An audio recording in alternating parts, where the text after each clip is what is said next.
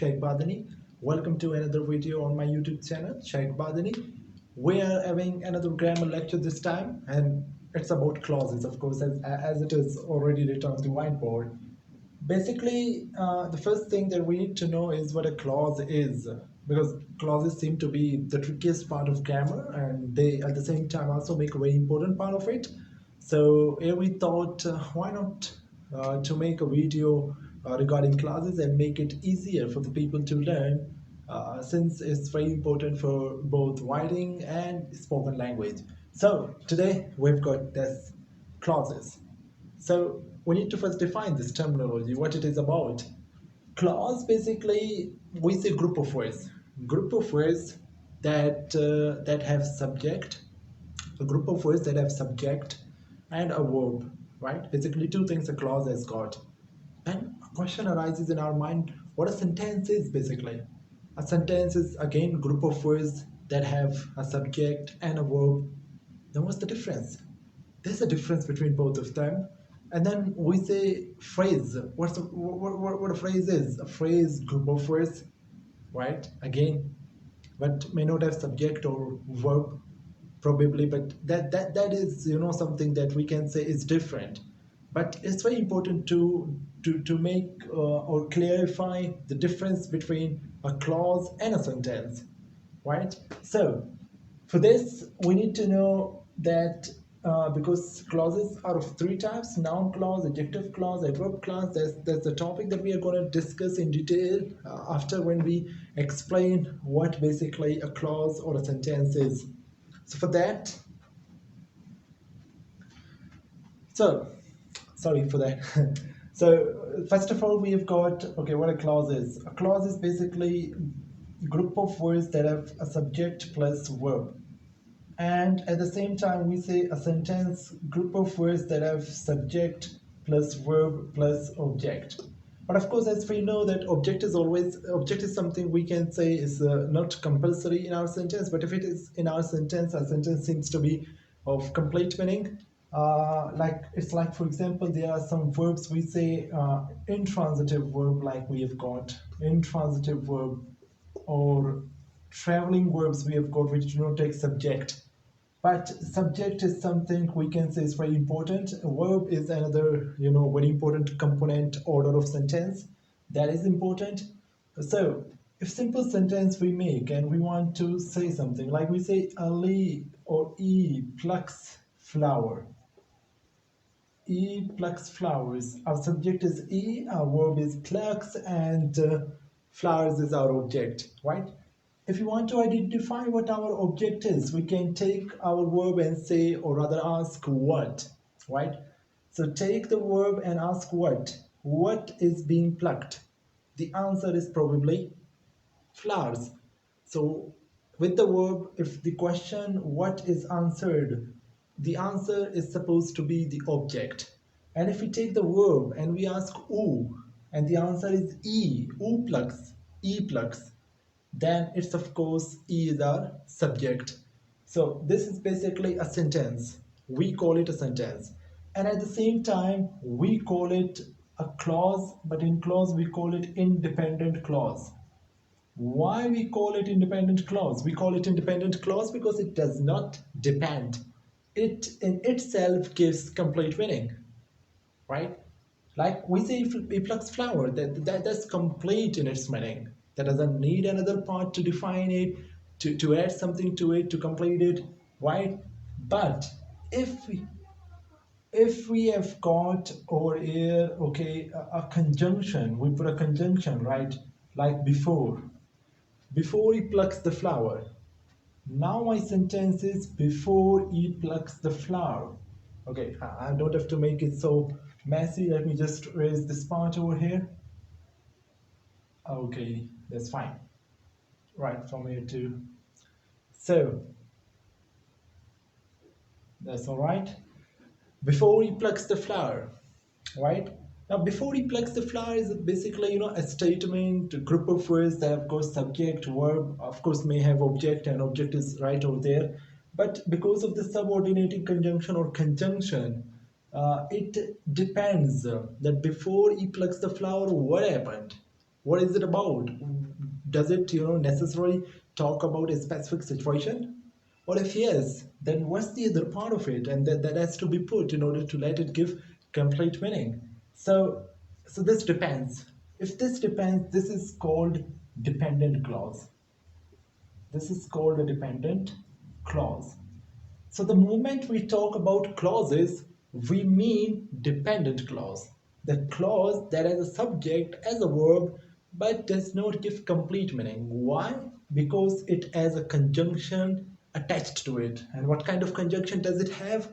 It have it has got a subordinating conjunction, a conjunction that is attached to it and is making it dependent, right? So it's basically a clause. Group of words having subject, verb, but do not give complete meaning. While independent clause is a sentence, is another word that we give to sentence, a sentence that gives complete meaning that doesn't have a subordinating conjunction attached to it. That is a simple sentence, basically, a simple sentence, right? While this is depend. Now, after the clauses, once we understand the concept between a dependent clause and an independent clause, we need to know because we want to know about noun class. So for noun, we need to know about what a noun is, and then what an adjective is for an adjective clause. Similarly, for an adverb class, we need to know what an adverb is, right? Because noun class works as a noun, adjective clause works as an adjective, while adverb clause works as an adverb. So these basic terminologies, grammatical terminologies, need to be clarified. What is a noun? Group of words? No, not group of words. We can say name of person, place, thing. Name of person. We say place, or we say thing. Name of person, place, or thing is basically a noun. It can be name of an action as well, depending on the type of noun. How does it function? What is it talking about? It's talking about clauses. How does a clause function, or how does a noun function? Noun can function as a subject, right? A sentence subject can be a noun like John, like Florid, like any other name we take. And the same way, our object our object can also be noun. So noun can function as a subject, as an object.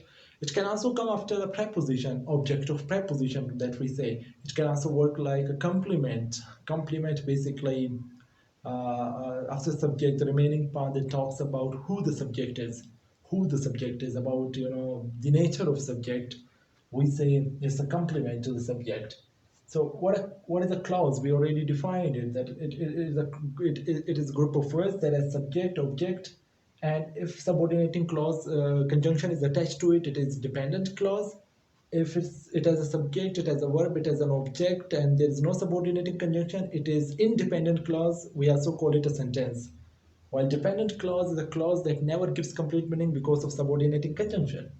So, by clauses we mean dependent clause, and all the types of clauses that we learn are basically of dependent, not of independent, right? So then we have what a sentence is. We already defined it. Independent clause is a sentence at the same time. And then what is a phrase? A phrase, group of words, group of words. We say group of words. That do not have a subject. That do not that does not have a subject. Okay, group of words that does not have a subject or verb. It doesn't have a subject or verb, right? It's not following the order of sentence. And then what's an idiom? Group of words that give hidden meanings, right? Hidden meanings, like we say, there are different words, okay, that we can say, okay, and one of them that I can write over here is to burn the boats. To burn your boats. To burn your boats. A group of words that give hidden meaning, like to burn something, and then boats, burning boats. So it doesn't give the meaning as it looks by the words written here. It gives a meaning, okay, that is hidden inside, and what it means okay, to leave all the chances, to drop all the chances in order to do one thing. Like when we distance ourselves to do a particular thing, we remove all the other things, activities, or all the other plannings. We just give them in order to achieve that particular thing. So it's like burning the boats, and in order to concentrate and focus on a particular thing. So that's like to burn your boats, right? It belongs to a person, a historian, okay, Tariq bin Ziyad, who burnt his boat and eliminated, eradicated all his escape plans in order to defeat the enemy, and he defeated it. Of course, that is a long story. So our clauses are related to conjunctions. In conjunctions, because conjunction is a word that connects, okay, two words or two sentences. Then we have subordinating, correlative, and so on. But when we talk about a particular type of conjunction, like subordinating conjunction, so we say that a subordinating conjunction is a conjunction that helps us make complex sentences.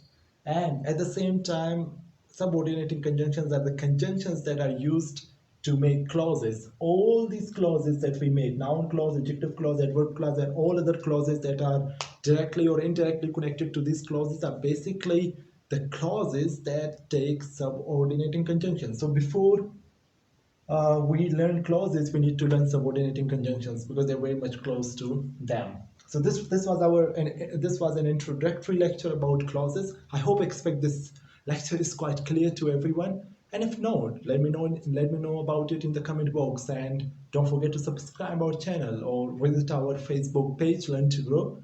We'll be happy to have another lecture, bringing another lecture to you people about the clauses and the detail of the clauses, like noun clause, adjective clause, and all of these clauses. So thank you very much.